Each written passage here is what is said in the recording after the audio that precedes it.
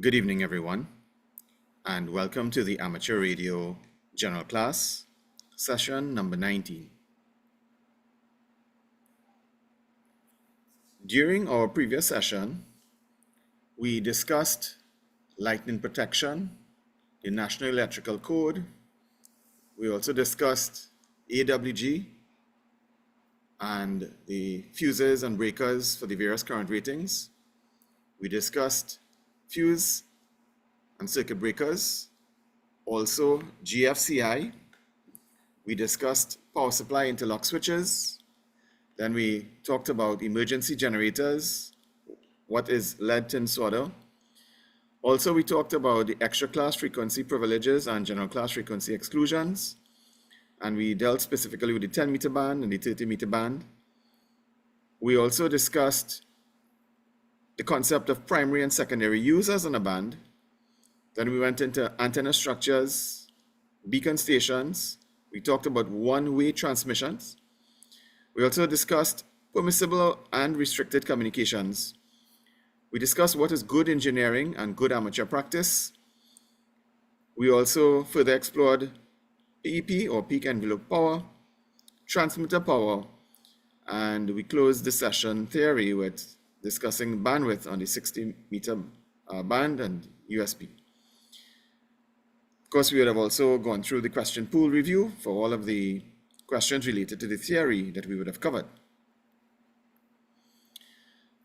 So this evening, this is our agenda, and essentially this is our last session in the general class course. So we just have a few remaining topics. We will discuss what is the volunteer examiner or volunteer examiners or VEs. Also what a CSCE is, which is the Certificate of Successful Completion of Examination. We talk about license expiration. Then we go on to discuss what is remote control. We'll talk about frequency allocations as it relates to the various ITU regions. Also, we'll discuss third-party traffic. We'll delve into harmful interference. We'll talk again about automatic control as it relates to digital modes. And then we will end with further exploration of mesh networking as it relates to spread spectrum and Wi-Fi. We will also, given that today is our last session, we will also discuss a bit about the exams, how to take the exams, how to become licensed, and also in Trinidad and Tobago, the dates for the next in-person exams. So stay tuned, quite a lot of information to share this evening. So if you're joining us via YouTube, this is the general class amateur radio preparation course. It is essentially level 2.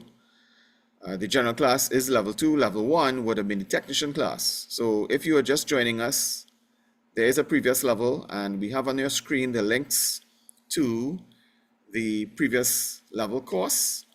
tvids.ttreact.com is where you'll get all of the playlists on YouTube for the technician level, and all of the material or the handouts or the things that we would have distributed during the technician class level.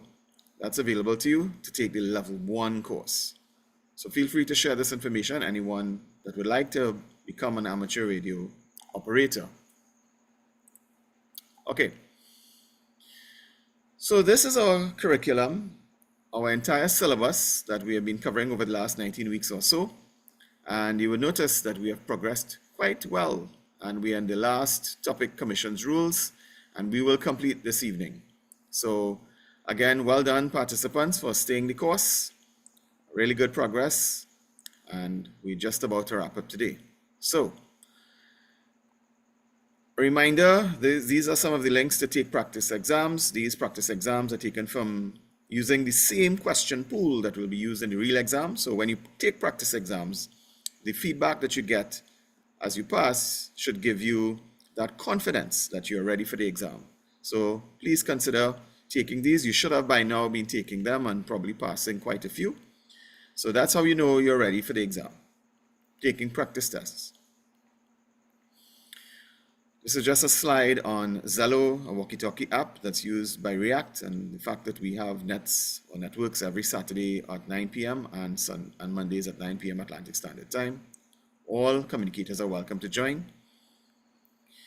And most importantly, for this level of the course, the general class, this is where you can get all of the videos, all of the sessions, the previous sessions that are recorded, gvids.ttreact.com. Notice in the link there's no S in HTTP, right? So it's HTTP, no S. Right? This is just a redirect link that will take you to the YouTube playlist. And of course, all of the handouts, all of the documents, these Part 97 supplementary training material, as well as the actual question pool itself, and all of the slide decks that we would have covered over the last 19 weeks. You will see, you'll be able to access the slides there. They're shared, available to you, and of course, feel free to share it with anyone that you think would be interested as well.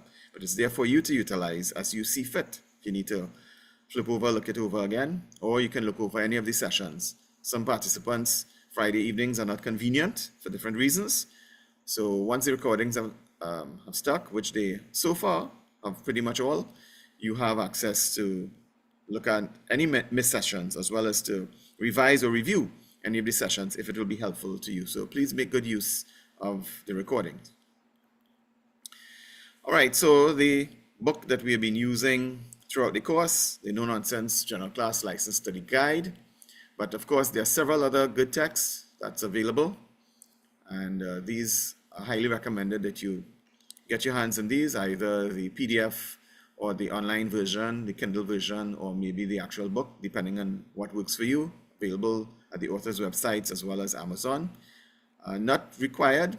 However, we do highly recommend that each participant avail themselves, not only for taking the exams, but even after becoming licensed, as a good reference text that you could look over and review some of the material as well, because quite a lot of topics that we have covered during the actual course, we know we're preparing to pass an exam, but the knowledge itself is important. So it's good to have these books as references, even after the exam. Right, so we had a couple of questions from the last session. The first one is, what are the implications for transmitting outside the band you are qualified to use? Well, simply put, it's illegal to do so. If you are transmitting outside what you are qualified or licensed to, it's essentially illegal to transmit, and you may cause harmful interference as well.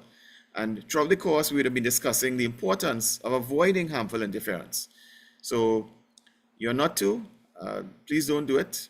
Certainly, if you're a participant in this course, we expect you to know better and to certainly not do it.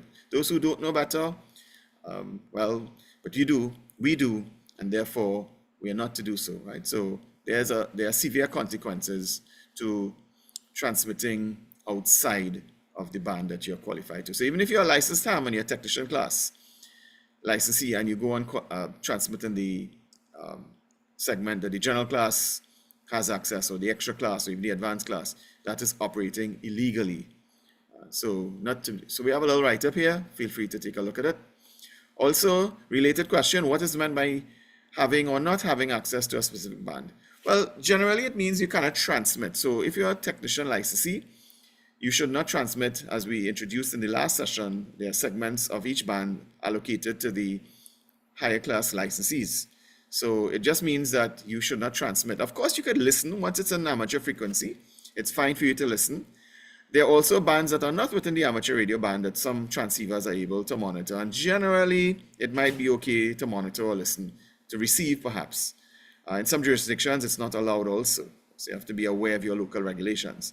But the key is transmission. You do not want to transmit at all in those segments that you're not licensed to. Even if you're a licensed ham radio operator, if your class does not allow it, you're not to transmit. So that's what's generally meant by having access or not access, the ability to transmit. Of course, if you're a licensed technician class and you have access to some parts of the limited HF in, let's say, CW or digital mode or something like that, you may not have voice and you may not be able to transmit in other areas, but you may be able to monitor and listen in on traffic, just not transmit.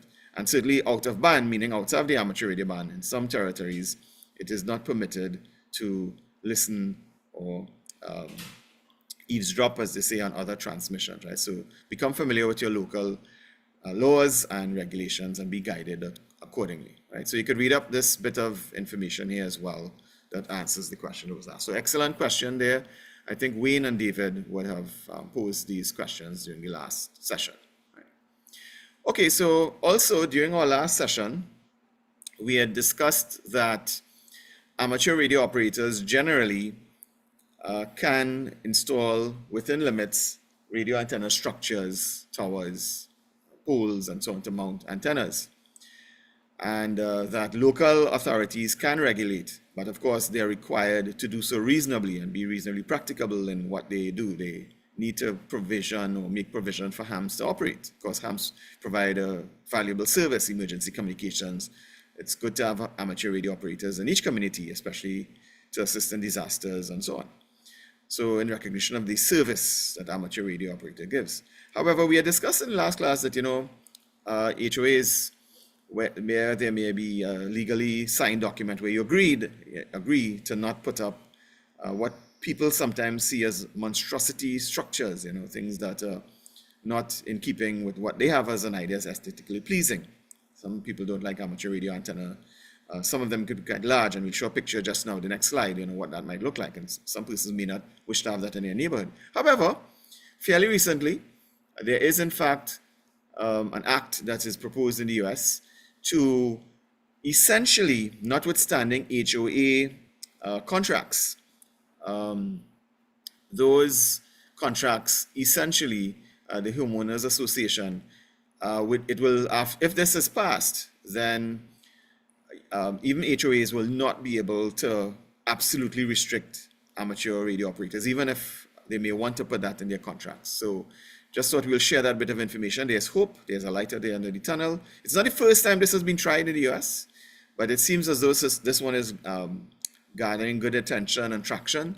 So let's see if this passes, right? So this is just an update to what was mentioned during the last class, where we were saying that the local jurisdictions do have to provide or make some reasonable allowances for ham radio operators to install structures and not unreasonably restrict them, or restrict us, I should say.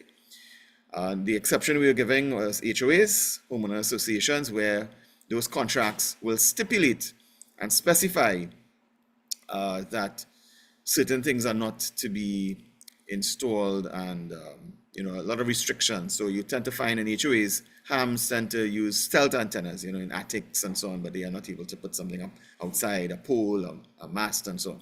So this act is called the Amateur Radio Emergency Preparedness Act, and it is recognizing that hams are very valuable within communities, especially to assist in times of disasters. So if you have a lot of HOAs and they restrict hams, then how is that a good thing, right?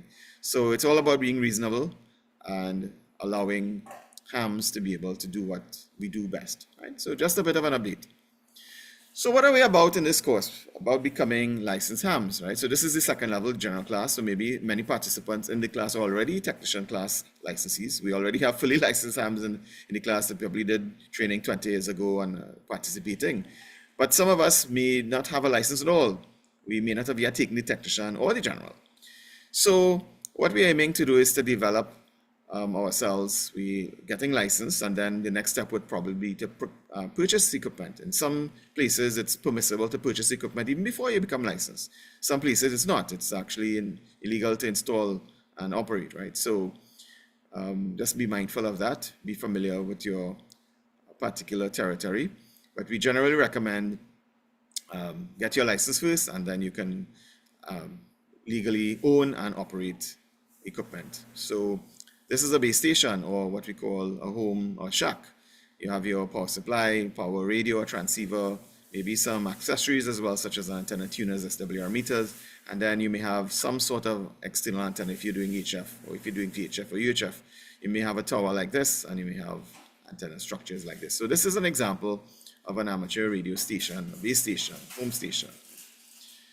One of the things we may be aiming for. We may be also looking to set up a mobile operation. So we may have a 2-meter radio installed in our car and some sort of antenna. Right? So we're showing what might be possible once we get our license. We need to purchase some of this equipment to begin to build our equipment capability. Sometimes we may want to put some of the spare equipment, have a go kit or a go box that will allow us to operate portable, especially in an emergency. This is mobile operation here. And then we'll have handheld operation, walkie-talkie as we may call it, and very convenient. Of course, each station will have its own limitation, power levels, efficiency of the antennas, and of course, this thing we call quote-unquote range or distance, different frequency bands and so on. And this is why we become trained to understand what we can do with the various types of equipment, the various frequency ranges, and how to use each type of equipment. Of course, each equipment will have its own limitations and restrictions and advantages and disadvantages and pros and cons. So hopefully during the course between the technician level and the general that we're doing now, you would get some idea. Again, we're doing light touch theory with exam focus. So of course, once we become licensed, there's much more to learn. Certainly in this course, we would not have been able to teach everything. We're just trying to prepare you to take the exam.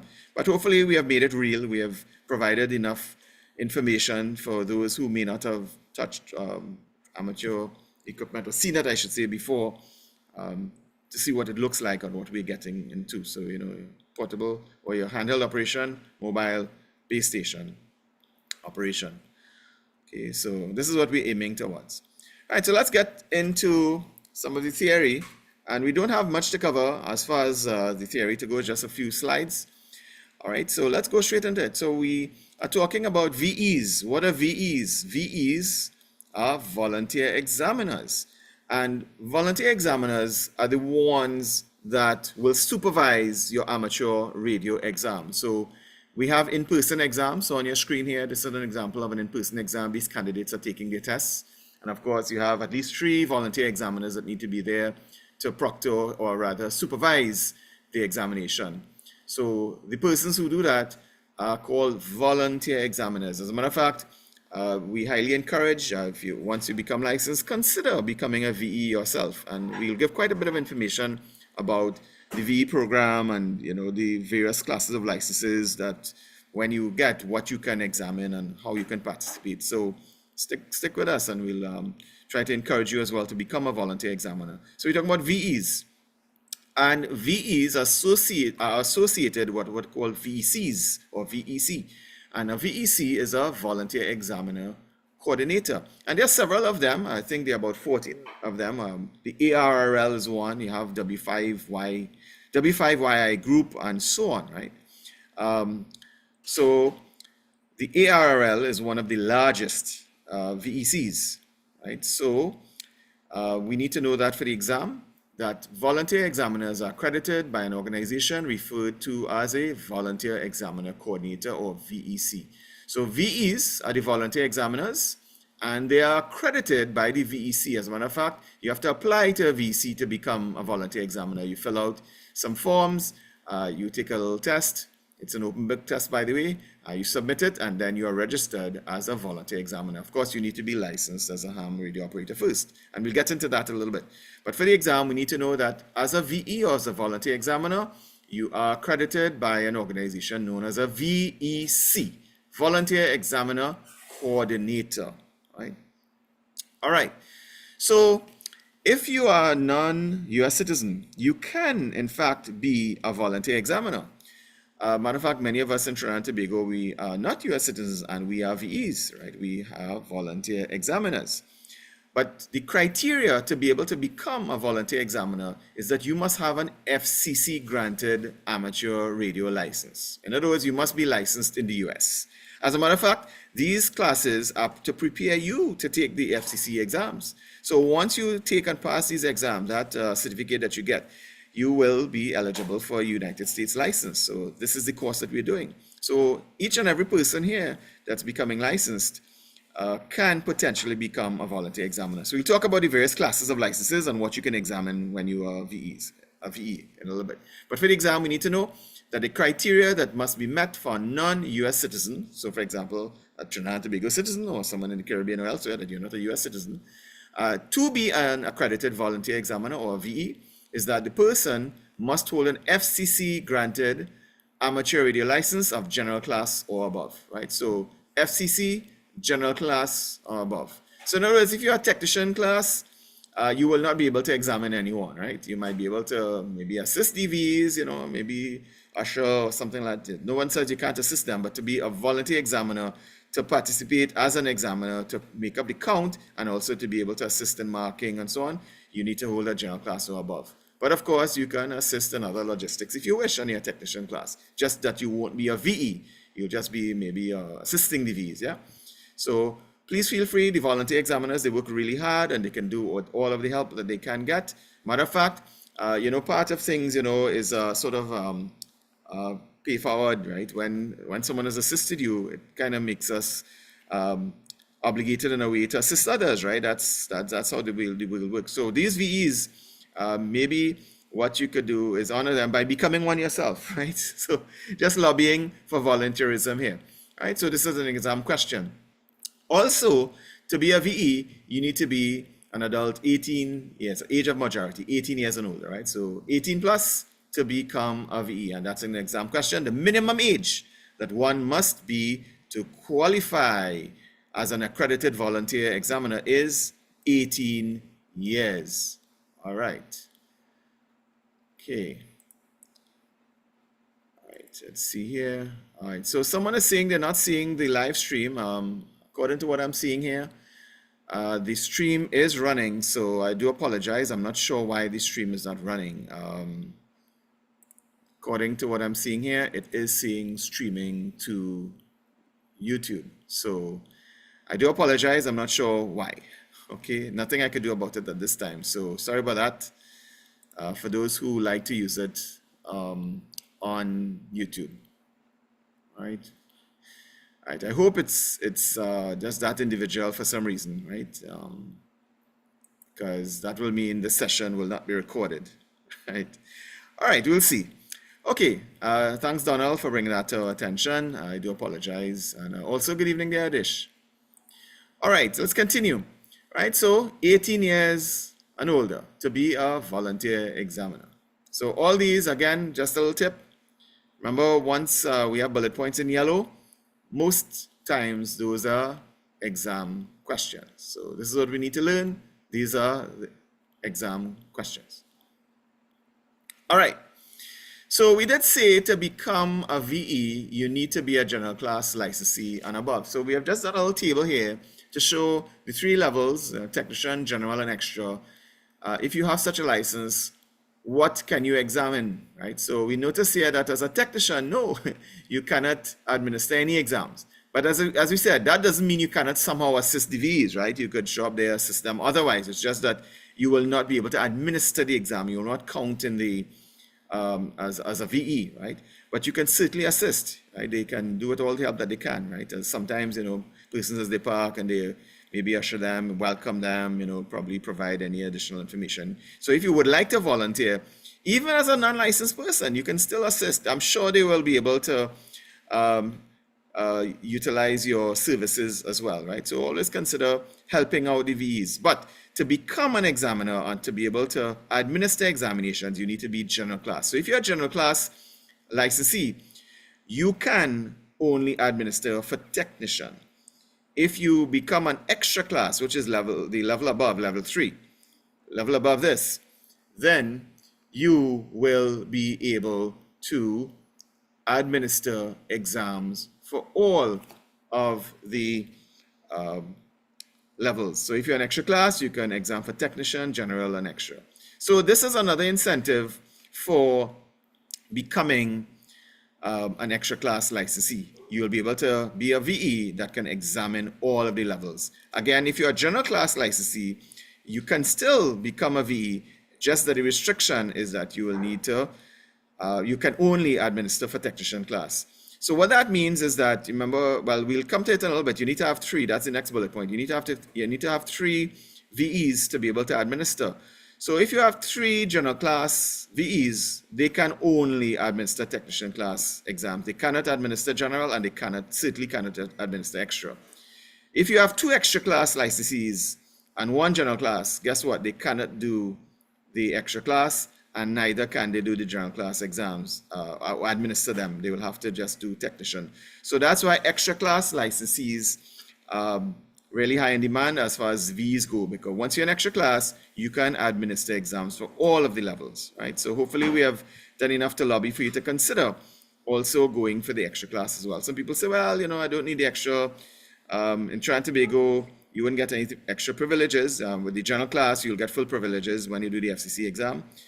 You will be an advanced class in Trinidad and Tobago, but the extra class will allow you to become a VE that could examine for all of the levels. So that's one of the advantages. In the US, of course, extra class gets access to additional spectrum, different parts of the band, they have the full works, right? So there are some incentives here. All right, so let's move on to the next point. And the next point is what we just discussed, where you need 3 persons to be able to administer. So let's discuss the bullet point. Okay, so let's just go back up a little bit. Let's make sure we have read this bullet point here and we have understood it. The holder of an FCC general class operator license that is an accredited volunteer examiner may administer license examinations for the technician class only. So that is just making this point here. If you are general class, you can only administer for the technician level. Right? So that's this bullet point, exam question. So the next one is a requirement for the administration of a technician class license examination is at least 3 VE accredited volunteer examiners of general class or higher must be present to observe. So if you are doing technician class exams and you are supervising, you're administering technician class exams, you need at least 3 general class or above, right, licensees as VEs. So that's the other exam question that you'll get. All right, let's move on. So on the right-hand side, hopefully it's sufficiently, you can see it here. This is called the CSCE. This is what we are all trying to aim towards getting. When we sit our exam and we are successful, this is what the VEs will issue to us. They will have our name, address, and so on, and it will have the signatures of the 3 volunteer examiners that have administered our exam. This is what we are trying to aim for. It's called the CSCE, and this is actually valid for 1 year, 365 days. Once this is issued, that's the validity period of this particular certificate. So even though it's only valid for that period, we still see, especially in Trinidad and Tobago, still keep this even beyond the 365, right? Hang on to this. This is your evidence that you have passed an amateur radio exam, right, or exams. And this will be issued no matter what level. The same certificate, if you pass the technician, they will highlight it. If you pass the general, they'll highlight it. If you pass the extra, they'll highlight it. So whichever element that you pass, it will be shown and up to what level you are at. So this is the CSCE. It's the Certificate of Successful Completion of Examination, CSCE. So a CSCE is issued to an applicant after passing an amateur radio license examination and is valid for exam element credit for 365 days. That's an exam question. So essentially, the CSCE is valid for 365 days. Exam question. All right, so if you are, and some of you in this course are technician class licensees already. But if you are technician class licensee, in other words, you go up on the ARL, you go up on the FCC course website and you see that you are a technician class licensee, but you passed the general class exam and you have a CSC saying that, but it has not yet been reflected in the database. Can you operate in the general class segment of the bands? The answer is yes, you can.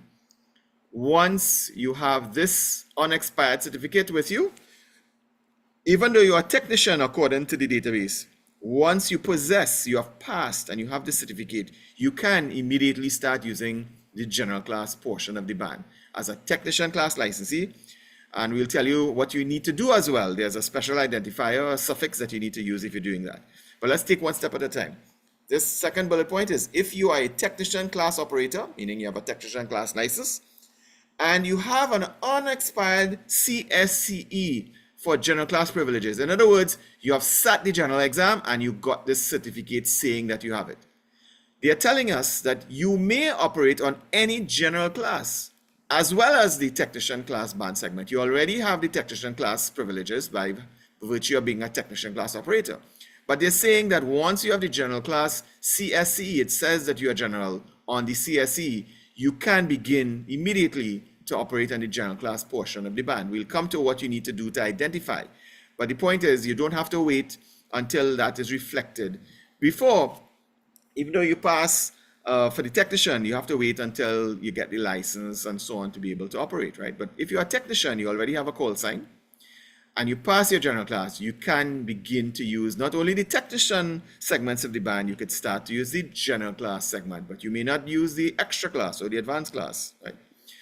But to do so, this is the last bullet point. You actually have to identify with a suffix to say that I'm a technician class licensee, but I have passed my general class exams. We'll show you how to do that now in the next bullet point. So let's read it out. If you are a technician class licensee and you have a valid CSCE for the general class, in other words, what they're saying is that you're a technician class licensee, you have a call sign, it's a technician class, and you're operating as a technician class operator, but you sat and passed the general class and you get a CSCE saying that. Whenever you're operating using the general class frequency privileges, right? So you're going to be using the general class frequency privileges because you have this CSE saying that you have passed the general class exam. But it's not yet reflected on the FCC course database. In other words, it hasn't been updated yet. So if you go, you'll still show up as a technician class licensee. But you show up as a technician class, but you have this general class level CSE. You can use the general class frequency privileges, but you must add a suffix. You must say alpha golf or AG after your call sign. That indicates that you are a technician class licensee, but you're operating using the general class privileges, and that's AG, so that's an exam question. Just some extra information. If you're a general class licensee and you have passed the extra class, you can do a similar thing by using AE, Alpha Echo. But this is the exam question. If you're a technician class, you have passed the general class, and you want to use the general class privileges, you can, but make sure you identify, because anyone checking on the FCC database scores will see you as a technician, but you will be able to operate as a general class or the general class frequency portions of the band by telling them, hey, I'm a technician class licensee, yes, but I've passed my exam, and you identify saying whatever your call sign is with Alpha Golf or AG after the call sign.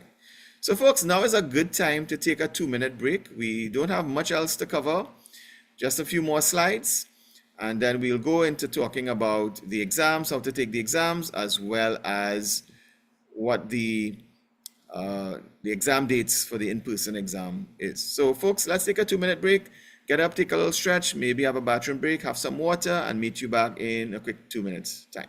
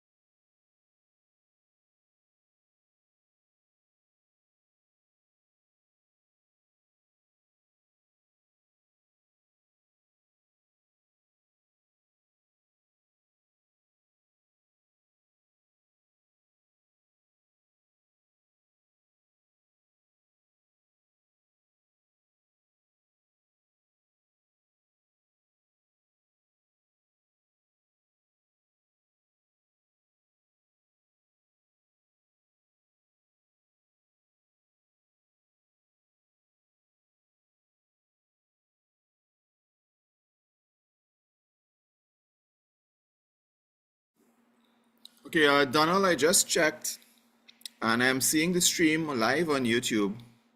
So I'm not sure why you are not seeing it, right? So, and I'm seeing that there are a handful of persons that are on the stream live. So I don't know if you want to try again,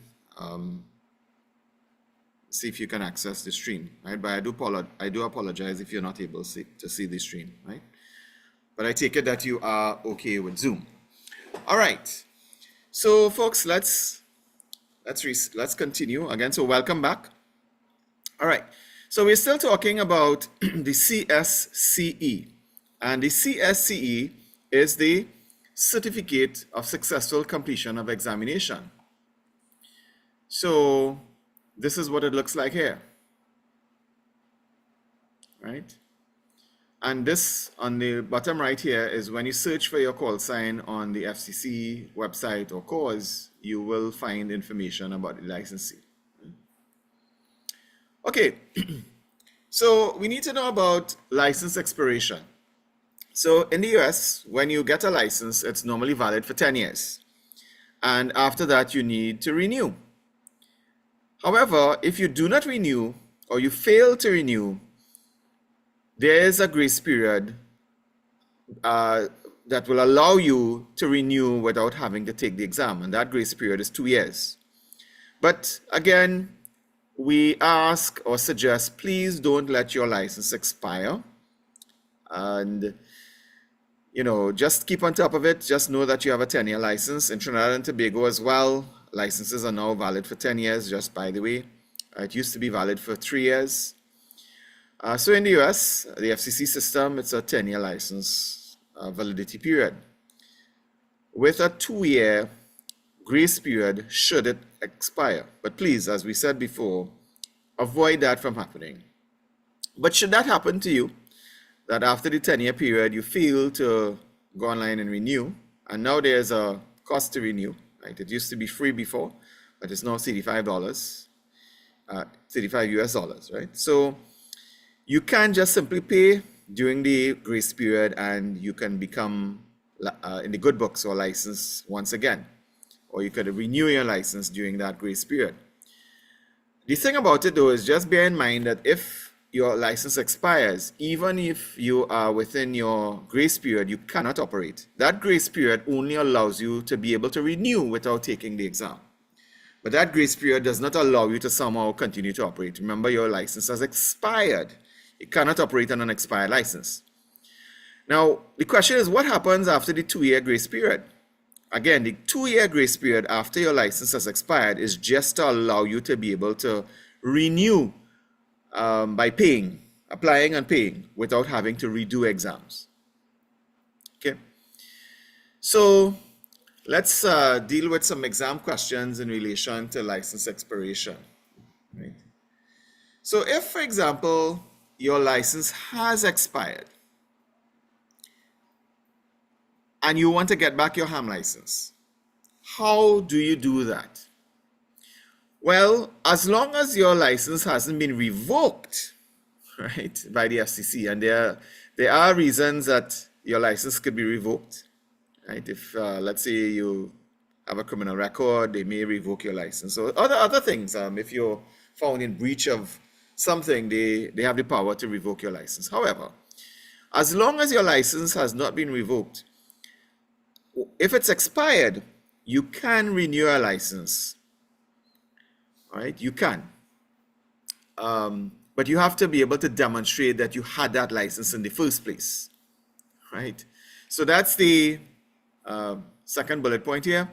Any person who can demonstrate that they once held an FCC issued general, advanced, or amateur extra class license that was not revoked by the FCC may receive partial credit for the elements represented by an expired amateur radio license. So the next bullet point will probably make this a little clearer, and we also put up a little table here that will help us understand what that means, right? So let's go to the second bullet point.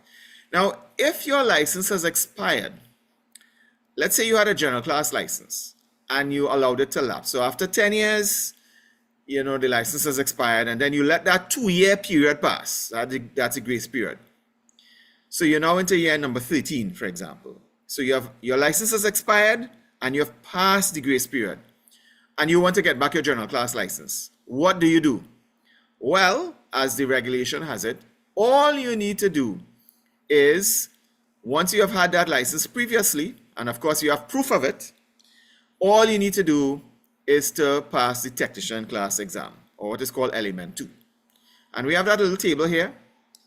If you had a technician class license and it expired, well, you just simply reset the technician class.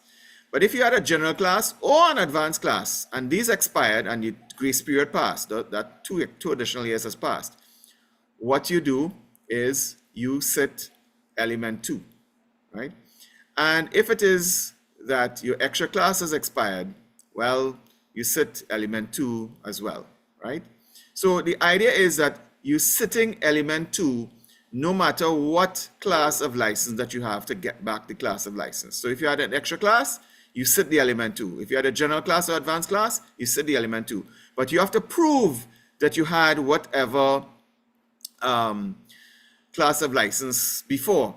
Now, why we have this second row here, you may be wondering, but wait a minute, we're seeing general class, advanced class. Well, if you have either of these or had either of these, and you sit the element 2, you'll get a general class, right?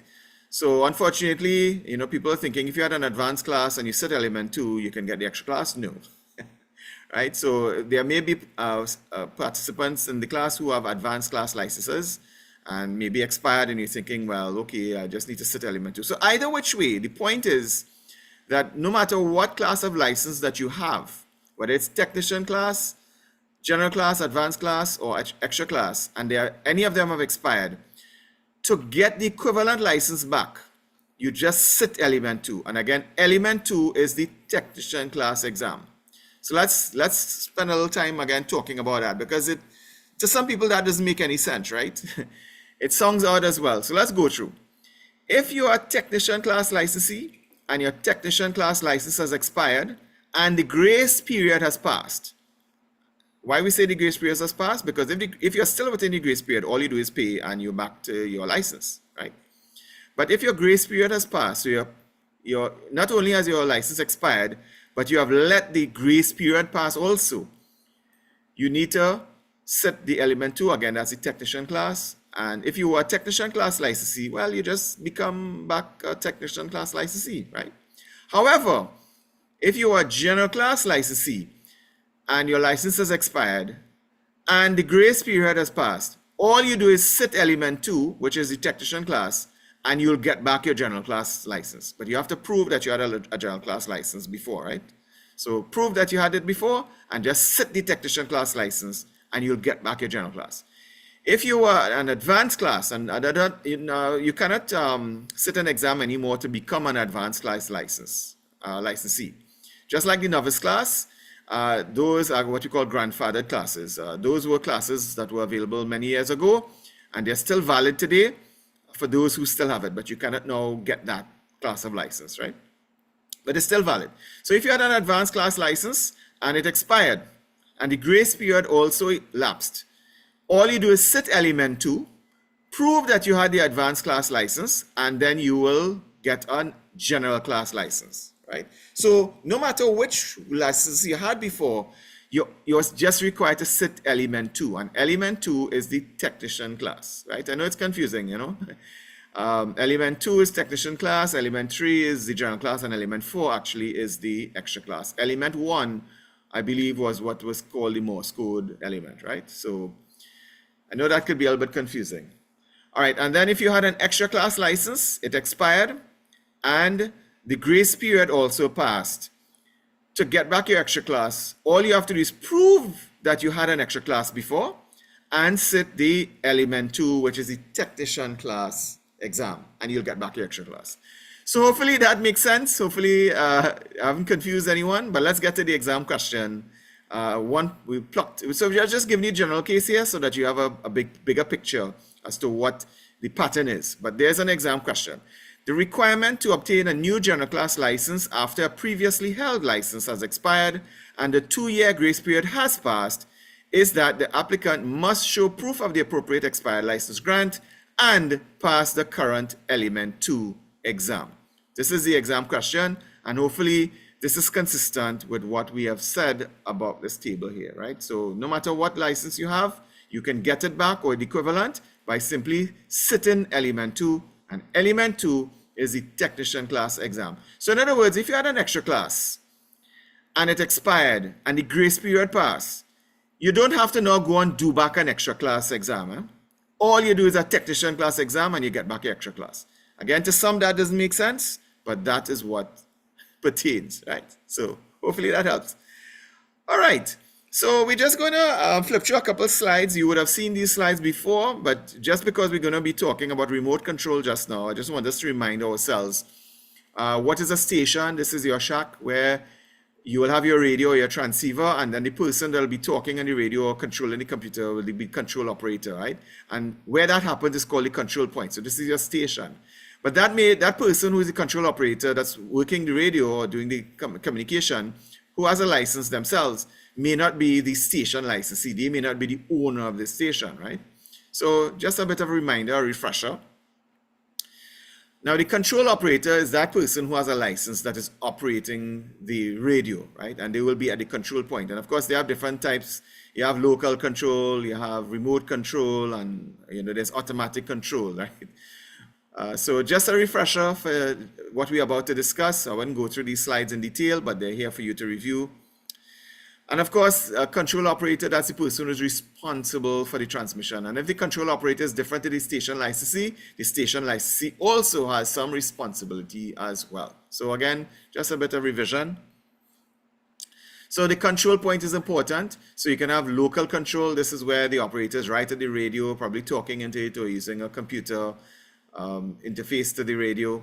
Remote control, that means you could probably be maybe over the internet or via an RF link or something like that, and using the radio, but from a different location, maybe even a different country, right? Doing remote control. And of course, automatic control, well, that's a computer or some other automation that's taking place to control the device.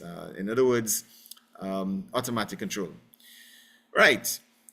So again, the control point is where the operator is controlling the radio equipment. And of course, remote control is when you're away from it. And a good example of remote control is when you're using the internet. So you have a PC here connected to the internet, and the internet is connected to the radio in question, and you're doing remote control, right? So just quickly going over that. And of course, the control point is important, because at the control point is where the control operator will be, okay? Right, so all of that to come to some points for the exam. So on your screen, hopefully you can see a couple of maps. So this is a map of, I guess, Europe and so on, right? And this is a map of the United States. So imagine that you're licensed in the US and this is your station. Maybe, I don't know, let's say it's in Florida or Idaho or somewhere. That's your station in the US. And you have traveled, you took a flight and you go to somewhere in Europe, for example. And you have your computer here with remote control software. And you would like to operate. Can you? Yes, you can, right? So you need to have a license, right, to operate this US station. You are the control operator, and the control point is actually you are in the European Union or the UK or somewhere, or France or Spain or somewhere else. And your computer is here, but your radio is there. When you do that manipulation from overseas or abroad or from a location other than where your station is, that is considered remote control. And you can do so even if you're out of the country. As a matter of fact, many hams do just that. They have their station, it's powered up, they can access it via computer, and when they go on vacation or maybe business and they want to do some amateur, they don't necessarily have to tote or carry their equipment to the out overseas. They just work with their software, their laptop, or even mobile phone even, and control it remotely. So we have an exam question in relation to that remote control. When operating a US station, this is the US station, by remote control, so you're using remote control over the internet, using a laptop, for example, or a tablet or a mobile phone, from outside of the country, so that you're not, you're US, you have a station in the US, but you're not in the US right now, so you're outside of the country. The control operator, that is you're the person, the control operator, you are required to have a US operator primary station license. So in other words, to be able to do this remote control, you need to have a station license. All right, so that's an exam question. You can do remote control, but you need to have a license. That is pretty much what this exam question is saying. And hopefully the map has illustrated it diagrammatically for us. So let's come to another similar scenario, right? So in this case here, let's go back. In this case here, you have a station in the US and you're outside of the US and remotely controlling it. Okay. This case here now, you are in the US and you're a control operator, you have your computer here, but you're going to control a station that is in, let's say, South America, for example, maybe Chile or Brazil or Peru or one of the South American countries, right? There's a station there, there's a ham radio station that's located in one of these territories or these countries, and you would like to remotely control it, right? So you're in the US and you wish to control that station. Let's see what this exam question says. When operating a station in South America, so this is the station in South America, by remote control, so you're doing it over the internet, for example, over the internet from the US. So you are in the US and you have your computer here, so you're doing remote control.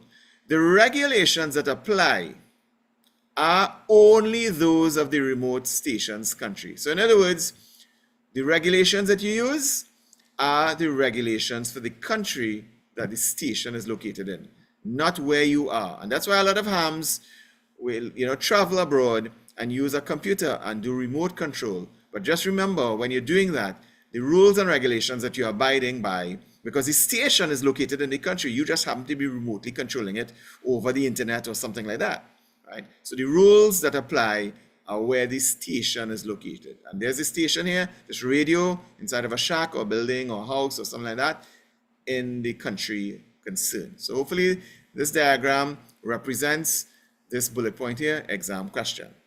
Okay, a couple more slides. Right, so we did show a similar slide like this before. We talked about what the ITU is, the International Telecommunications Union, and there are the world is divided into 3 regions. So there's region 1, there's region 2, and region 3. So most of us in this course are in region 2. We actually do have a couple region 3. We have a couple students from India and so on, right? So Philippines as well. And actually we do have a couple of European participants as well. So we actually do have participants from all 3 regions, but quite the majority of us are in region 2, and hopefully this map shows and illustrates this is region 2, North America, South America, and all the territories in between, right? So this is region 1 here, quite a bit of Europe and the African continent, and of course region 3, a lot of Asia, Eurasia, and so on, right? So you have Australia as well. So the world is divided by the ITU, and the reason that is so is because each region may have a slightly different band plan, So we need to be aware of that, right? So there are restrictions on frequency allocations by region. So you hear about the ITU region 1, ITU region 2, which is where most of us are located, and of course ITU region 3. So this map hopefully will show you how we subdivide the world into 3 ITU regions, right? And the reason we do that is for spectrum management. So frequencies that we may be able to use in this part of the world, some of it may not apply, or the frequency may be used for other services in this part of the world, and so on. What we call the FAT, or the frequency allocation table, can be different for the 3 regions. And there are attempts through the World Radio Conference to try to harmonize those frequency allocations. But again, it's not a perfect world, and sometimes there are differences. So let's talk about the exam question that you need to know that you will get. So this bullet point, the frequency allocations of ITU region 2. This is ITU region 2 here. It's highlighted for us. Apply to radio amateurs operating in North and South America. Very simple statement. So region 2, North and South America, and therefore the frequency allocations that apply to ITU region 2 applies to North and South America. Not region 1, not region 3, region 2. Right. So let's talk a bit about what we call third-party traffic.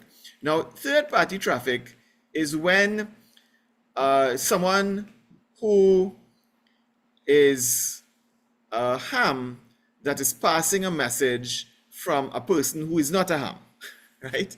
And they may be passing that traffic to someone in another country as well, who may also not be a ham, right? So that's what we're trying to illustrate here with these maps, right? So you have the control operators, a control operator in the US, a control operator in Europe, and these two hams can talk to each other because they are licensed hams. But you have a third party, which this person may not be licensed. Now, this person could be licensed, but let's imagine that they are not licensed, right? They are non-licensed persons. This person can say, I would like to pass a message to either this ham or maybe even another person in the country, right? So that will be considered third-party traffic. And there's some rules and regulations around passing third-party traffic information. So hams can communicate with each other, but they can also pass a message on behalf of a non-ham, right? So to speak. So there are some restrictions.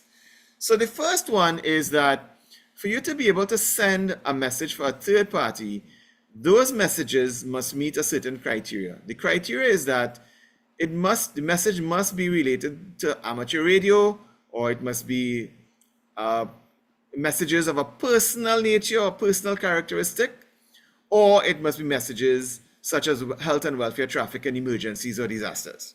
Those are the criteria. So you cannot pass commercial traffic or business traffic, for example, right? It has to be of a personal, non-pecuniary pecuniary interest or emergency or disaster relief communications to be able for a ham to be able to pass third-party traffic. As a matter of fact, hams do pass third-party traffic routinely in disasters. So you may be working with a disaster management agency or some other authority or some other served agency. It may be the Red Cross, it may be Salvation. It could be someone else who is not licensed.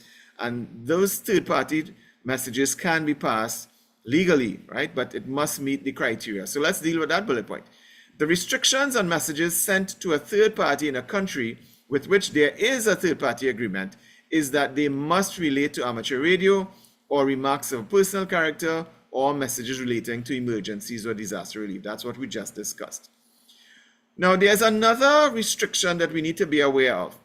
So if this third party, for example, is a bandit, right, a convicted felon, for instance, and that person maybe once held a ham license, but their ham radio license was revoked because maybe they became, I don't know, they got caught up in something nefarious and they became a felon and their ham license was revoked.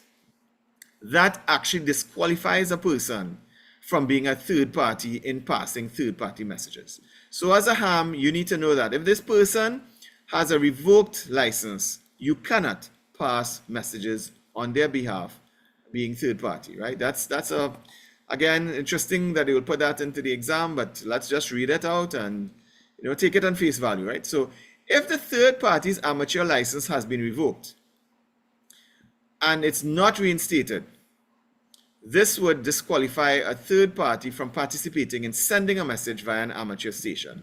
In other words, they cannot somehow have had their license revoked and then still try to pass messages on amateur radio. So that's the exception. So third-party traffic, once there's a third-party agreement between the countries, which there are many, I mean, typically, yes, you can. There's that one restriction. It's an exam question. As long as that person has a revoked license, you cannot pass a message on their behalf. Right, so a couple more slides. Harmful interference. So we talked about harmful interference before, but we need to know a couple points for the exam in relation to harmful interference. So let's go straight into it. So the following conditions require a licensed amateur radio operator, that's us when we become licensed, to take specific steps to avoid harmful interference to other users or facilities, right? So let's say it again. The following conditions require a licensed amateur radio operator to take specific steps to avoid harmful interference to other users or facilities. 1, when operating within 1 mile of an FCC monitoring station. So FCC, they have buildings, monitoring stations around the country. So for example, this here might be a monitoring station. If you're operating within 1 mile, you need to take all reasonable steps to avoid causing harmful interference because they are monitoring frequencies. And if you, for example, have spurious emissions or you have harmonics or whatever, you might be interfering with their ability to monitor. So once you're within 1 mile, you need to take steps to avoid causing them harmful interference. Also, when using a band where the amateur service is secondary. We talked about that before. There are a couple of bands that as hams, we are not primary. Remember we said a primary, well, at least when we are secondary, we shall not cause harmful interference to a primary user. So if we are secondary, we need to take all reasonable steps to avoid causing harmful interference to the primary users. So for example, the 30-meter band, the 60-meter band, we are secondary there. Also, if you are doing spread spectrum, so for example, Wi-Fi, that 2.4 gigahertz band, for instance, or the 5 gigahertz band, if you're doing spread spectrum, you need to take particular care that you do not cause harmful interference to the other users who may also be using those segments of the band, as part of maybe a class license device. So these are the 3 bullet points, and you'll get this in the exam. What are some of the conditions that may occur that will you need to avoid causing harmful interference when you're 1 mile within an FCC monitoring station, where the band that you're using is secondary for hams, and also if you're doing spread spectrum emission. So exam question. All right, so digital modes. So we did say that, you could do local control, you could do remote control, and there's automatic control. So there are a couple of points with respect to digital modes and automatic control taken straight out for the regulation. So let's just go straight at this exam question.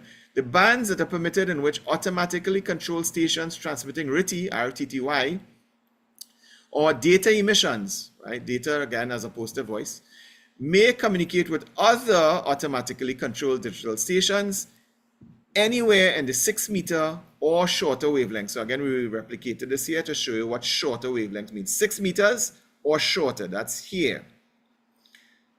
Longer wavelengths will be here, right? So that's why we replicated this little trusty table. So when we say 6 meter or shorter wavelengths, we know these are the frequencies. 6 meters is 50 to 54 megahertz, and shorter wavelengths will be the 2 meter band, 1.25, and so on. Right, so you see how this table and the table towards the end of the slide deck is important. Until we commit this to memory, this is helpful in terms of us understanding these bullet points and the exam questions. So 6 meter or shorter wavelength bands. So shorter wavelengths, right? Not longer wavelengths. Okay, and in limited segments of some of the HF bands, which are longer wavelengths. So what they're really saying here is that we can do automatic control using data modes or RTTY, and we may communicate with other automatically controlled stations. But notice it's in the 6 meter and shorter, and just a few of the longer wavelength or HF spectrum. Exam question. Next one, to conduct communications with a digital station that's operating under automatic control. Remember what automatic control is, right? So we talk about local control, remote control, automatic control. That's why we repeated those slides. We need to understand the difference between the 3 of those scenarios. So to conduct communications with a digital station that's operating automatic control outside of the automatic control band segment. So remember, we have automatic control band segments where it's permitted, right? The station initiating the contact must be under local control or remote control. In other words, they must have a control operator. So they cannot be themselves automatic control, right? So hopefully that makes sense. This is an exam question. And then the last bullet point that we have on the screen here is that third-party messages may be transmitted via remote control under any circumstances in which a third-party messages are permitted by the FCC rules. So once third-party traffic is allowed, you can do so via remote control, right? So that's just the bullet point. It's an exam question. And we have just excerpted here this bullet point that we have here. This is taken from the Part 97. So it actually shows you this exam question where it's taken from in the Part 97 rules. And why I put it here too is because it actually specifies the frequencies concerned. So you can see for yourself these frequencies and segments of the band in which that automatic control can operate in, right? So hopefully that is helpful information. All right, so this is our last theoretical slide. Upcoming, we have to just go through our question pool review, and then we'll talk about how to take the exams, and then we'll talk about the exam dates. All right. So we did talk about mesh networking before. We talked about the Arden network. We also talked about mesh networking and spread spectrum. So this is just to remind us about that. But we do have some additional bullet points, exam questions, and that is how much power can we run, peak envelope power, using spread spectrum communications. So as hams, the maximum peak envelope power is 10 watts. Exam question. So just need to learn that. For spread spectrum such as the 2.4 gigahertz, meaning Wi-Fi band, that general part of the ISM band, we are allowed to run higher power. This is much higher power, by the way, than what the public can run. The public can just run milliwatts, maybe as much as a watt in some cases, but it's really of the order of 100 milliwatts. Most Wi-Fi access points and Wi-Fi routers will just be doing a couple milliwatts, a couple hundred milliwatts. Maybe the industrial type, maybe Cisco's might be allowed maybe as much as 1 watt, but certainly nowhere near 10 watts. So you see your license as a ham radio operator, you could run 10 watts. Wow, amazing, right? And of course, we have the spectrum here, Wi-Fi. The amateurs are allowed 2300 to 2310, as well as 2390 to 2450. And Wi-Fi is between 2401 and 2478, and in some countries, 2495. So we've just provided that little bit of information for those who are interested. Where's Wi-Fi? Where can hams operate? So this is just extra information. If you're already a ham radio operator, you may be interested in this information as well. Okay? We didn't spend much time talking about it, but it is there for you. All right. Next exam question. It says that in no part of the 2.4 gigahertz, and the 2.4 gigahertz, by the way, happens to be the 13 centimeter band. In no part of the 2.4 gigahertz band may an amateur station communicate directly with non-licensed stations, right? So if you're using that part of the spectrum, especially as a ham radio operator, you're running that sort of power, you're using the part of the spectrum that only hams could use, you're not to communicate with a non-licensed station, right? That may be obvious. You may say, but duh, I mean, of course, right? You need to communicate with another licensed ham, right? But it's an exam question, maybe obvious, but it's, I would say, a nice giveaway. If you get this as an exam question, easy pickings. Hams need to communicate with other licensed hams, right? Okay, so there's just one more bullet point. This is the last bullet point and our last teaching slide. Under no circumstances are messages that are sent via digital modes. Remember what digital modes are, right? You're using a computer to communicate. Are they exempt from Part 97 third-party rules that apply to other modes of communication? So in other words, not because you're using a digital mode, that somehow that exempts you from the other Part 97 third-party rules, right? So just know that these rules apply to digital modes as well. It's not exempt. Exam question. So folks, we did mention this quite a few times. These are 2 exam questions that have been withdrawn from the question pool. So no need to study these. These are now historic. It's because there have been changes. The FCC now removed the symbol rate limitation. So these 2 questions are no longer valid. So put it up, strike through. There may be in many books that you will still buy the question pool. You may still see there. But these 2 exam questions, ignore them safely. You could look at it just to get a historical perspective, but you don't need to study this for the exam. So let's go quickly into the question pool review, and then we will look to wrap up afterwards talking about the exam, how to become licensed, and we'll also be providing you with the date of the next in-person exam in Trinidad and Tobago, as well as providing the link for you to be able to register for the exams. So let's go straight to our question pool review. All right, so we are on pages 137 to 143 of the No Nonsense General Class License Study Guide, if you're following along. All right, so let's go. Let's speed through this.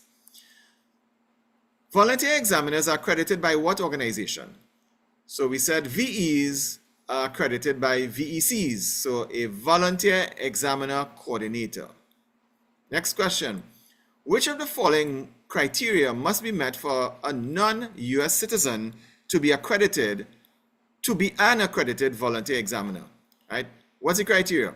Well, the person must hold an FCC granted amateur license of general class or above, right? So remember, say technician cannot examine anybody, right? You can volunteer to assist DVs, that'll be nice, to help them, with logistics and a few things, but you cannot be part of the, one of the pool that's examining, right? You cannot administer the exam. All right, what is the minimum age that one must be to qualify as an accredited VE? right? So to be a volunteer examiner, you need to be at least 18 years old, aka an adult. All right. What license examinations may you administer as an accredited volunteer examiner holding a general class operator license? So if you're a general class VE, you can only administer technician only, right? And the technician cannot administer anything, but if you are an extra class, you could administer all. Pretty cool, huh? All right, who must observe the administration of a technician class license examination? Who? Well, it must be at least 3 VEs or 3 volunteer examiners of general class or higher. 3 of them, general class, or they could be extra class. All right.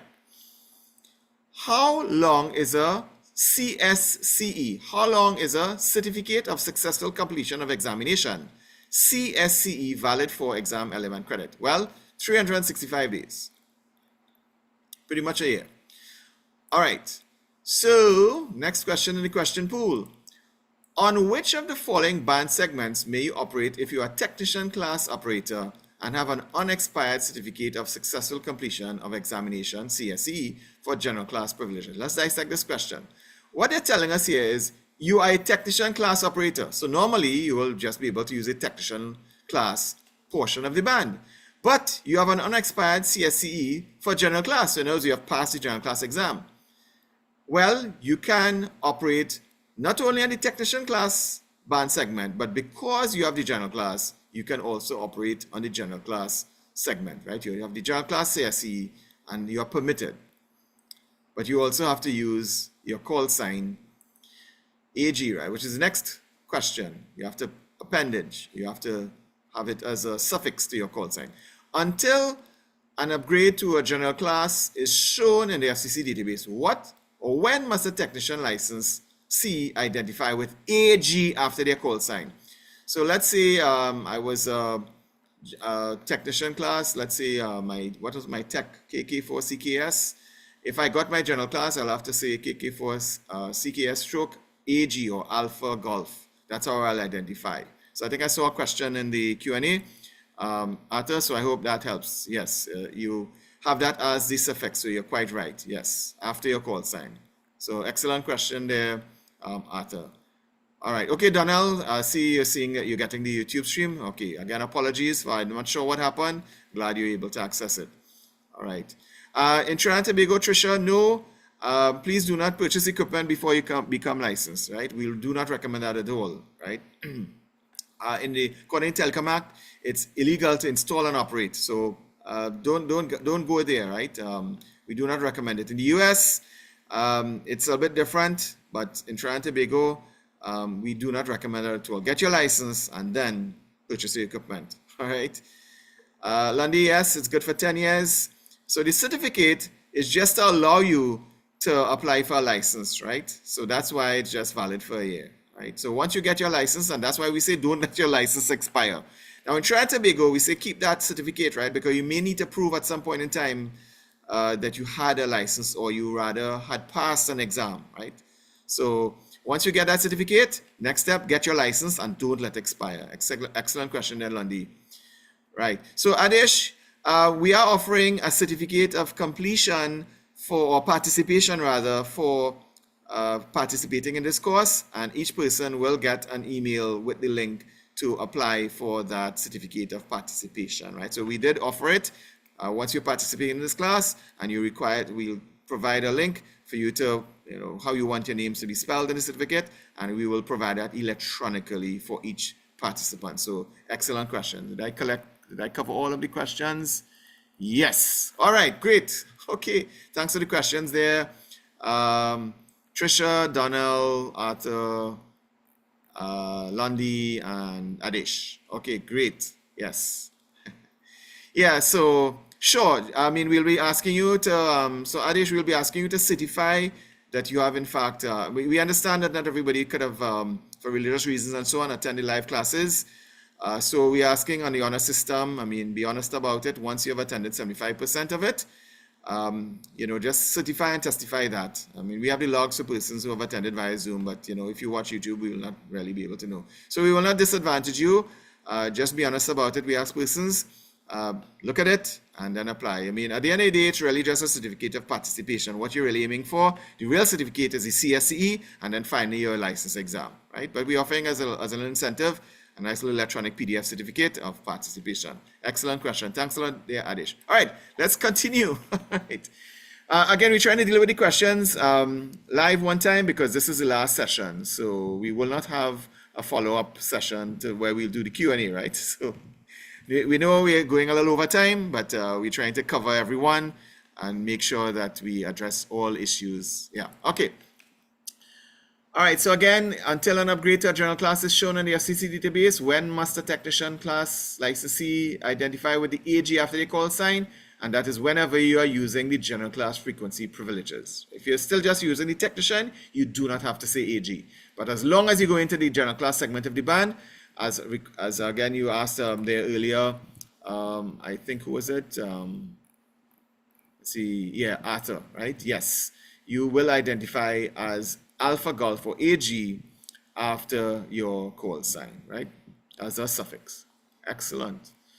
Right, so again, I love the questions coming, and it means that we're thinking and we're interested. Okay, who may receive partial credit for the elements represented by an expired amateur radio license? The answer is any person who can demonstrate that they once held an FCC issued general, advanced, or amateur extra class license that was not revoked by the FCC, right? So keep records. What action is required to obtain a new general class license after a previously held license has expired and the 2-year grace period has passed? So let's dissect that question. What are they asking us? So you used to have a general class license. The 10 years passed, and then your 2-year grace period also passes. So you're in the year 13 and above. What do you do if you want to get back the general class? Well, first of all, you must show proof that you had that expired license, the general class, in the first place, and then you must pass the current Element 2 exam. So we said the Element 2 exam is the technician class license, and you'll get back your general class license. Right? So again, for some people that doesn't make much sense, but those are the regulations, right? Okay, when operating a US station by remote control from outside the country, what license is required of the control operator? Well, you must have a US operator primary station license. When operating a station in South America by remote control over the internet from the US, what regulations applies? Well, we say only those of the remote station's country. Those are the regulations that are important. Continuing, the frequency allocations of which ITU region apply to radio amateurs operating in North and South America? Well, we show the map, the ITU, International Telecommunications Union, Region 2, North and South America, Region 2. All right. What are the restrictions on messages sent to a third party in a country with which there is a third party agreement? Well, the restrictions are they must relate to amateur radio or remarks of a personal character or messages relating to emergency or disaster relief. Those are the types of third party traffic that's allowed. No business, no commercial business. All right. Which of the following would disqualify a third party from participating in sending a message via an amateur station? What would disqualify them? Well, if that third party amateur license has been revoked and not reinstated, yeah, they will not be able to be, you cannot pass messages on behalf of them. Right? They had a license and it was revoked and it was not reinstated. Right? So in other words, they're kind of persona non grata. All right, which of the following conditions require a licensed amateur radio operator to take specific steps to avoid harmful interference to other users or facilities? Let's dissect this question. What are they asking us? So we are ham, but we have to avoid causing harmful interference. And there are some specific instances that we need to make sure we go out of our way to avoid causing harmful interference. So all of these bullet points are correct. When we are operating within 1 mile of an FCC monitoring station, when we are using a band in which the amateur service is secondary, in other words, we are not primary, and also when our station is using a mode called spread spectrum emissions, right? So all of these are correct. Okay, a couple more questions. On what band may automatically control stations transmitting RTTY or data emissions communicate with other automatically controlled stations, right? So that is anywhere in the 6 meter or shorter wavelength band where it is allowed, as well as in limited segments of some of the HF bands, right? So we did actually pull an extract from the regulations to show you those frequencies if you're interested. Just look back at the slides. You don't need to know that for the exam, but again, as a licensed ham, that's relevant information. So we have provided it as extra. Okay, what is required to conduct communications with a digital station operating under automatic control outside the automatic control band segments? So what are they asking us? You want to do digital modes, but you want to operate with, communicate with a automatic station or station that is operating under automatic control. But the frequencies that you're using are not within the band segments that allow autonomous or automatic control. What must you do? Well, the station that is initiating the contract must be under local or remote control, not automatic control. They can communicate with an automatic control station, but they themselves, when you're initiating the contract, you must have a control operator at the control point, and it must not be automatic control, either local or remote control. Yeah, so you see how important understanding the difference between local, remote, and automatic control is? That's why I repeated the slides. So if you haven't caught that, just look it over, massage it a little bit into your mind, and you'll get it, right? Okay, when may third-party messages be transmitted via remote control? Under any circumstances in which third-party messages are permitted by the FCC rules. Okay. What is the maximum PEP? Remember what PEP means? Peak envelope power. What is the maximum PEP allowed, output allowed for spread spectrum transmission? Well, as a ham, we are allowed a whopping 10 watts, right? Okay. One of the advantages of getting a ham radio license. Okay. In what part of the 2.4 gigahertz band, that's the ISM or the Wi-Fi band, may an amateur station communicate with non-licensed Wi-Fi station? Well, that is actually a trick question, because at no time and in no part of the band can a ham radio operator communicate with a non-licensed station, right? None of the channels. All right, and our last question in the question pool: under what circumstances are messages that are sent via digital modes? Remember what a digital mode is? Using a computer, not voice. Via digital modes, exempt from Part 97 third-party rules that apply to other modes of communication? Well, the answer is under no circumstances, right? So folks, that has been the question pool questions related to all of the theory that we would have covered this evening. Okay, Satyavi, okay, all right. So thanks for your kind comments there. You're certainly welcome, and it's been a pleasure.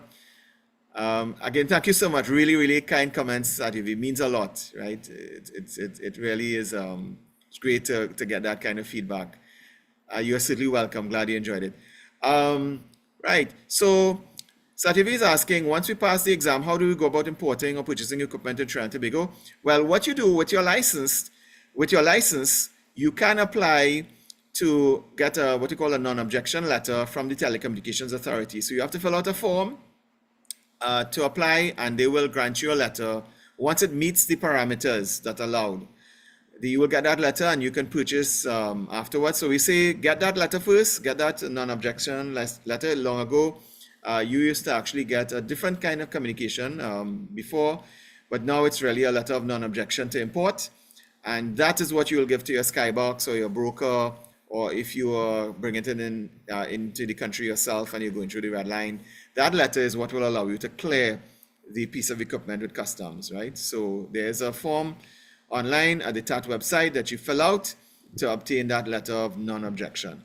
Again, once you're licensed ham, TAT will be very happy to grant you that letter to allow you to import that equipment. So I hope that has answered your question. Again, Satyavi and others, please stay tuned. Please do subscribe to the WhatsApp channel that we have been advertising, because post the course, we will be providing additional information to you even before you become licensed and so on. So check that out. That's one way that we'll provide information long after you have completed this course, right? And long after you've become licensed as well. we do try to share as much information as possible. Okay, excellent question there. Let's get back on track here now. Thanks there, Satyavi. Okay, so let's go back to our slide deck. Right, so again, today we have come to the end of all of the theory. We have completed all of the questions in the question pool. Today we have been dealing with pages 137 to 143 of the No Nonsense General Class License Study Guide. So we have this trustee table here. We're hoping that this helps, right? A lot of information here. If you're in doubt as to what wavelength represents what frequency range, we have this little handy formula here to convert. It can be helpful to learn this for the exam. You know, they'll tell you a meter band and you want to know what frequency it is, or what frequency, they'll give you the frequency and you want to know what wavelength or meter band it is. 300 is your friend, right? So just divide whatever into 300 and you'll get the other figure, right? So we have shown in previous sessions how to use this. Also, where do we typically use lower sideband? Where do we typically use upper sideband? Of course, we have exceptions to everything, but generally, what is short wave, what is medium wave, what is HF, VHF, UHF, you know, where the FM broadcast band is. So we're hoping this is useful information for you. Also, many exam questions come from this band plan. So we have reproduced it here. We have also shared this in the document center. Very high-res version of this, 11 by 17. Feel free to print it out. You can also order this online, by the way, if you don't want to print it out and have it laminated. Right? This is very useful to have in the exam and also in operating as well. Right? After a while, you may commit this to memory, but until that such time, it's good to have this printed, stick it up. If you can get it in color, better yet. Right, so we did promise to talk a bit about the exam. And we have a couple slides to just, we did discuss a lot of this at the start of the course, both at the technician class, but it's worth repeating now. Hopefully everyone is ready to take the exam, and we just need to know a bit about the exam. And we'll just run through this quickly because we have covered this before. So we're all aiming to get this certificate in our name, because the next step after this is the actual grant of our license, whether it's the FCC license or whether you're in a country that accepts these certificates to become licensed. Trinidad and Tobago certainly, and other Caribbean nations, I think, do accept these certificates. So it's a multiple choice, as you have seen, A, B, C, D. There are no unseen questions. There are no surprise questions. We have actually in this course covered all 400 and something questions, believe it or not. So no questions to surprise you, right? So that's why you say no unseen. We need to know that, bear in mind that the question pool expires every 4 years. So this question pool that we are dealing with will also expire. Actually, it's, I have a little typo here, but every 4 years it expires. So you have some time to take the exam, but please don't wait. I mean, take the exam now that the material is fresh in your mind, right? It's progressive in that you have the technician, which is level 1, the general class, which is level 2, the amateur extra class, which is level 3. The exam elements, the technician class is element 2, the general class is element 3, and the extra is element 4, right? I know that could be a bit confusing. Of course, you can do all these 3 levels in one sitting for the same price. When you go to the VEs, you pay one fee, and you can do the technician. Once you pass it, you could follow up by doing the general. Once you pass it, you could follow up and do the extra class, all in one session if you so wish. Many people just do the technician and then they'll come back and do the general, and then maybe some will come back and do the extra. We are encouraging you to continue as far as you can. When you do the technician, some people do the technician and general in one sitting, right? So you may want to challenge yourself that way. So you get this, the CSCE. And we did talk about the V's before, a really good group, hardworking team members anywhere in the world where you have V's. When you see them, please express appreciation. They do, it's really a labor of love. So they really work hard and it's voluntary, right? So that's our V's. And then we do have exams that are scheduled from time to time in person. Some places still have little precautions with respect to COVID-19. So they may say, you know, sort of physically distance, they may ask to wear masks and so on. These things are optional, but of course, good practice as well, especially if you may be exposed and, you know, susceptible. You may still want to take some precautions, right? I know a lot of regulations, there are no mandates anymore, So therefore, it's voluntary for us to take whatever precautions that we can, right? So each person can decide for themselves, right? But we still do recommend, not throwing caution to the wind and just, whatever we're comfortable with. It's our personal choice. You also can do remotely proctored or what we call online exams. Those are available. The typical cost to do an exam, relatively low, 15 US for the exam, right? And as we said, we can sit all 3 levels in one go for that same fee. You don't have to pay 3 times or anything like that. $15 US, and you can typically do 3 exams. Just let the V's know what you want to do, right? And you pay the V's, right? And they will remit it to the VEC, right? So those are the costs for taking the exam. And of course, once you pass, there's a filing fee that's payable to the FCC via the course website. So that's not paid to the V's, right? 35 US. You will get notification when it's time to pay. And when you get that notification via email, you have about 5 days. Otherwise, that notification expires, right? So once you have sat the exam, you've passed, watch your email like a hawk. Every day at least, go in. Don't let a week go by, because you might get it on a Monday, and if you check it on a Saturday or Sunday, that email might have expired, and it's a bit of a chore to get back that notification. So please pay attention to your email once you've passed your exam. All right, so again, the general class, we're sitting element 3. You'll see that on the test question, right? Element 3. So it's level 2, but element 3. All right, so you get 35 questions. The pool is just over 400 questions. You must get 75% to pass, right? Try and get 100%, but you just need 75%. So that's 26. You must get 26 out of the 35 correct. This is very doable. As we said before, it's no unseen questions. You have the question pool, plus you have practice exams. If you're taking those practice exams and you're passing them 3, 4, 5 at a time in a row, you're more than ready for the exam. Walk with a pencil. For those in-person shaded questions, right? You are allowed a calculator, but it must be non-programmable, right? Please study for the exam.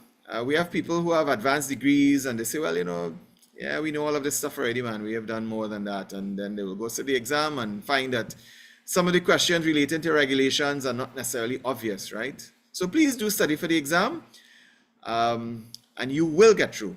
So the next in-person exam, we have a slide on that. And again, I would like to just, on behalf of myself and the team, really extend appreciation for the V's, currently headed by Clayton. Really good group. They have been kind last time as well. Once we have completed these classes, within a couple of weeks, they do schedule exam, and they have done it again. Again, folks, we really appreciate what you do. And thank you so much for scheduling. So again, we have a slide coming up shortly. So you'll see the V's commitment to you, the participants, right, in Trinidad and Tobago. All right. You can do remote exams. We have a slide about where you can get that information coming up. And please use the practice exams. That will help you to check your readiness and also develop confidence. Right. So we say study the syllabus. Take the practice exams, then schedule an exam. Now, you have some steps that you need to take. You need to apply if you don't already have an FRN. You need to go to the FCC course website here and create an account for yourself. Then you sit the exam. We have a slide with this information repeated, but you need a valid address in the US. You need a valid email address.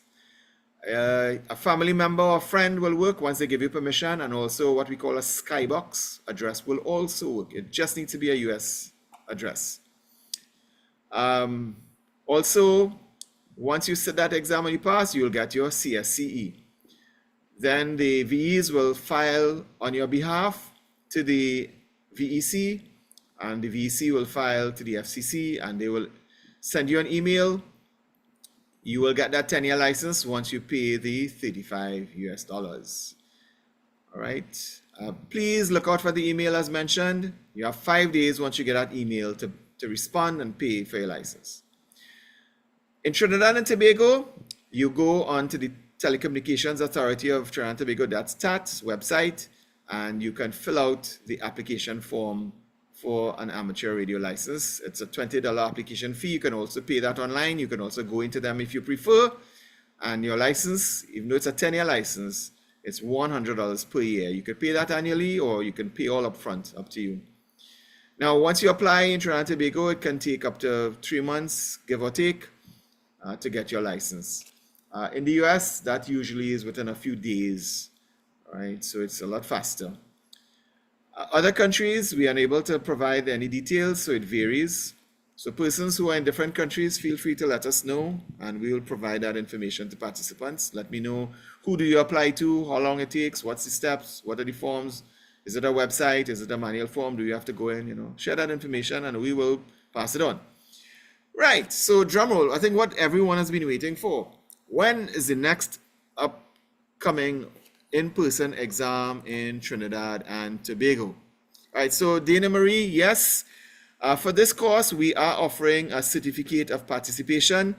Via email, we will send you a link to fill out the information, how you want your name to appear on the certificate. It will be an electronic certificate, and it will be sent to you via email, right? So once you have attended 75% of the sessions, that is the qualifying criteria for it. So if you were not able to attend live and you have looked at the videos, the honor system, just be honest, please, again, once you apply for it, you will be issued that certificate of participation as our thanks for being part of it. And what we really want to do is to take the exam and get the CSE. That is the important certificate.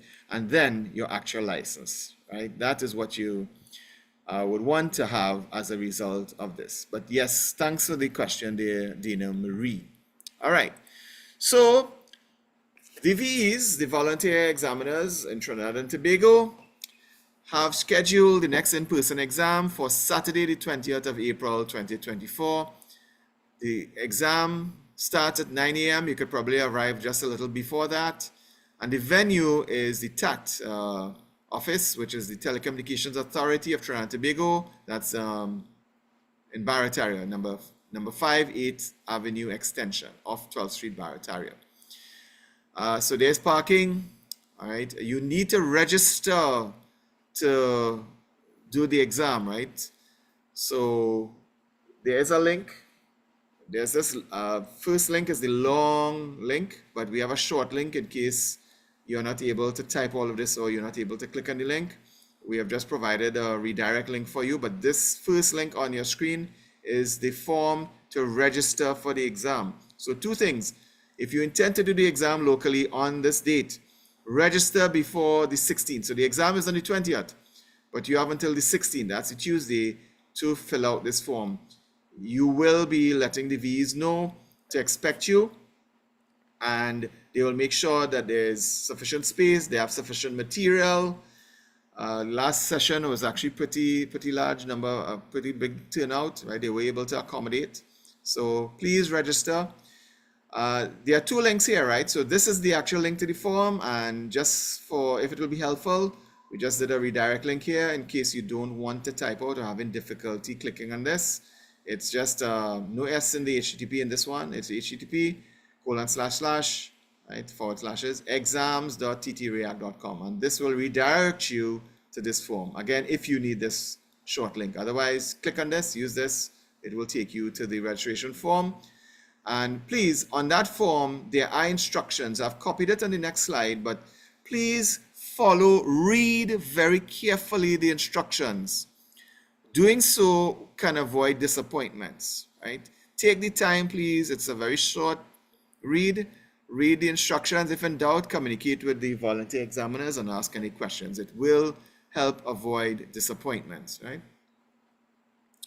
All right, so I'll leave this up for a moment. Exam, 20th of April, that's a Saturday, 9 a.m. Persons might ask, how long do I have to do the exam? Well, they don't really give you a time limit, but most persons are able to do an exam in less than half an hour. Some people do it in 10, 15 minutes, right? If you need to take an hour as well, that's fine as well. Some persons may have challenges also, that's fine, no problem. There really isn't any time pressure for you to do the exam. Take your time and do it well. Nobody hounds you down, right? But again, most people finish an exam in, I don't know, 15, 20 minutes, certainly less than half an hour for most persons, right?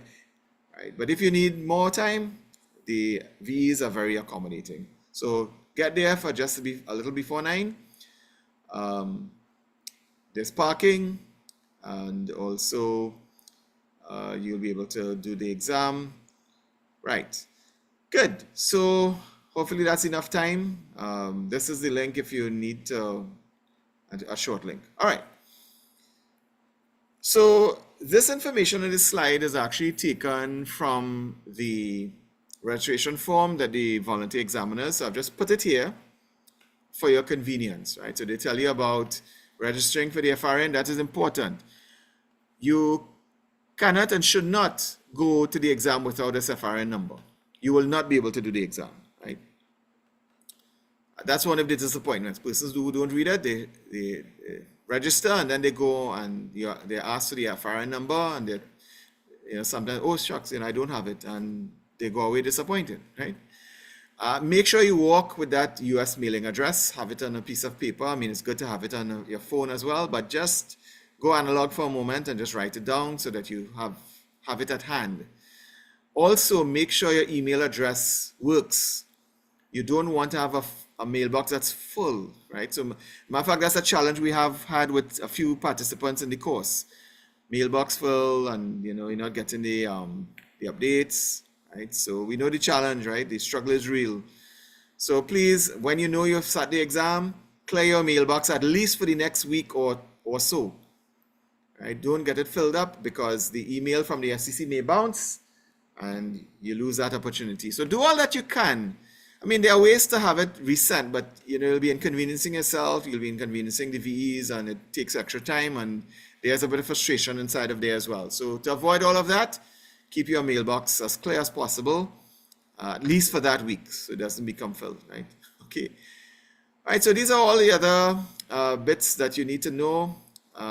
It's when you go there, we did say it's about 15 US. The VEs will accept 105 TT. That's what you pay to be able to do the exam, right? Also, once you have passed, we did talk about that 35 US filing fee with the FCC now. Again, up to more than a year ago, it used to be free, but there's this FCC cost, right? And you pay that online via the course website, not to the VEs. Right? So you could use a credit card and stuff like that. Right? Again, we emphasize here, you have 5 days after you get the email from the FCC to pay. Right? Not much time. That's why we say pay attention to your email. Right, so we did talk about if, so again, there are persons who prefer the in-person exam, also to support the VEs. I mean, they put a lot of time and effort in this, so support them. But if you must do remote exams, that's fine also. hamstudy.org, you can use this website here, and you'll be able to find sessions that are online, or what we call remotely proctored exams. And it's valid, especially during the pandemic. The FCC issued this notice that legitimizes the remotely proctored exams. People call them the online exam, but they're really remotely proctored. You need to have a camera, the VEs need to see you, and that sort of thing like that, right? We recommend that when you're choosing a VEC, when you're doing a search for an exam session, we highly recommend going with an ARRL VEC, but you can choose any really, yeah? But we recommend an ARRL VEC. All right, so other countries, you need to contact your local telecoms authority for information on how to take exams. Again, once you get that info, please consider sending it to us. You can email it to me, send it via WhatsApp to the contact, and at least we will be aware, and anyone from any country that calls or asks for details, we might be able to direct them to who to communicate with, or just give them an idea. All right, so just a little bit of extra information. There is a conference that I thought maybe several persons, I mean, we have a few hundred people in this course, and we know many persons are employed in various relief organizations. Some people are in the military and disaster management agencies, and we have participants from like the ODPM and the Ministry of Local Government Rural Development and the DMUs and so on. So if you have not heard of this conference, it is I guess, the first, I don't know if it's of its kind, but certainly with this specific focus. There have been many HSSE conferences around, but this is the Disaster Risk Management Conference and Expo 2024. So that website on screen, you can have a look at it. Take a look at this conference that's coming up, and if it fits your interests, please consider registering for attendance, right? It's going to be at the Hyatt. All of the details, such as the costs to attend and all of that, will be on the website, right? So Disaster Risk Management Conference and Expo 2024, June 3rd to the 5th at the Hyatt. And it's all hands on deck. So if you have any interest at all in disaster management, emergency management, emergency communications, HSE, disaster risk reduction, sustainability, ESG, anything governance, all of those things, cybersecurity as well. There are a nice lineup of speakers. I guess I could say I have been asked to speak as well. So if you look at the speaker list in there, you will find that I'm one of those that's listed, right? So looking forward to being part of it. Really a nice lineup of speakers as well. So consider looking at this website and see if you're interested. Highly recommended for those that will be applied to. All right. Okay. Right. So this is my contact information. Again, don't mind, we have come to the end of the course. Feel free, if you must, send an email to this address, robbie@9y4r.com, or send a WhatsApp to 1-868-682-2212. If you have any questions, we will try our best to get to it. Again, sometimes we have delays, but we will do our best to respond to any questions, even after the course is finished. Again, highly recommended. We will be, after the course, be sharing information that may be relevant to future hams. If you're interested in weather as well, and lightning, Saharan dust, weather information, there's quite a bit that we do share that may be of interest, amateur radio, upcoming courses, conferences, things like that. Feel free, and you can also share this channel for like-minded individuals, right? Okay.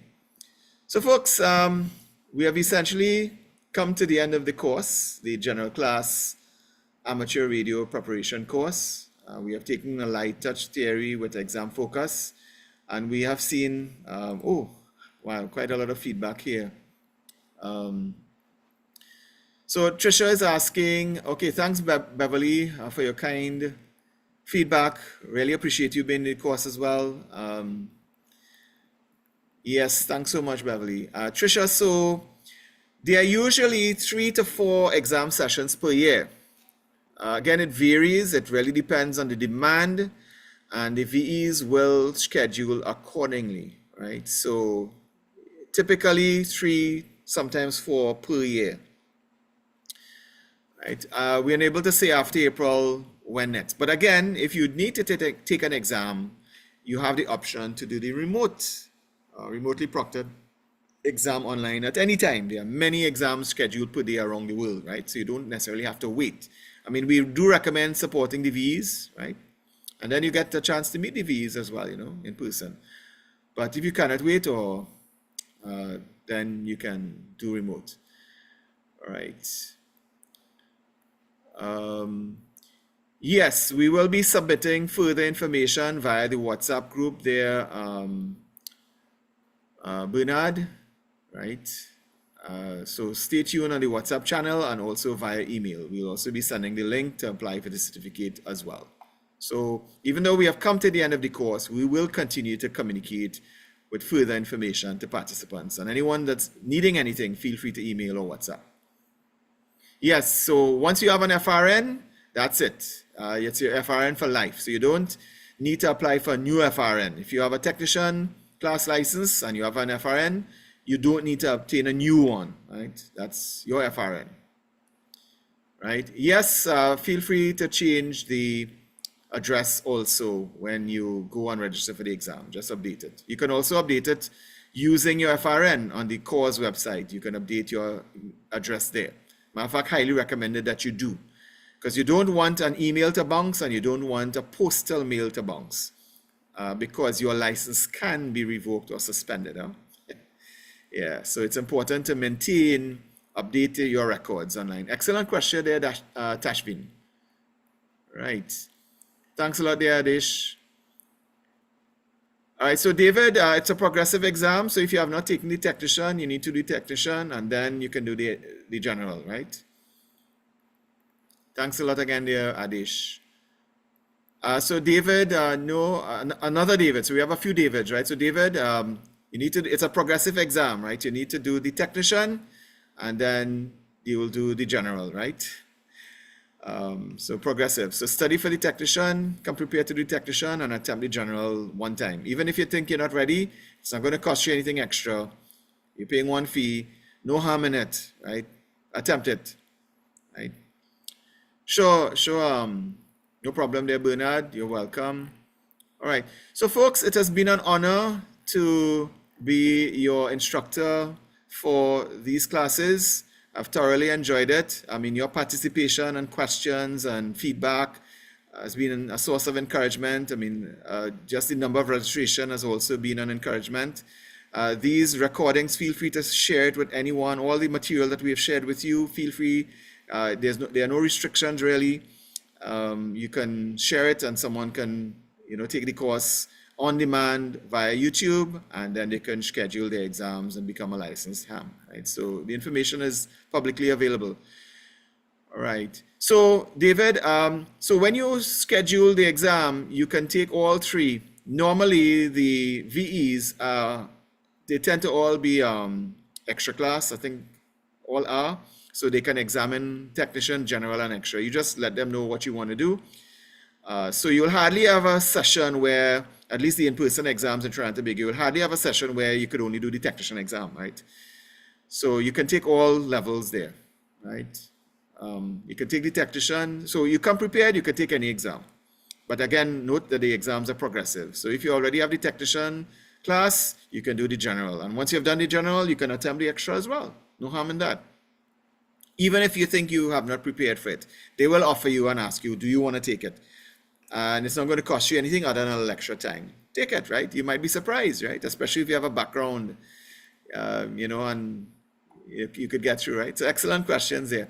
So folks, I think I've dealt with Lundy. You're certainly welcome. And yes, maths, is important, and we do try to make it interesting and fun. So thank you so much for the feedback. Right, let me see if I dealt with, don't want to leave out anyone, right? I'm trying to see, yeah. So thank you so much, folks, for participating. Good luck in your exam. Again, the best gauge as to your readiness will be the practice exams, but I know you will get through, right? Everyone has been successful thus far. Just stick with it.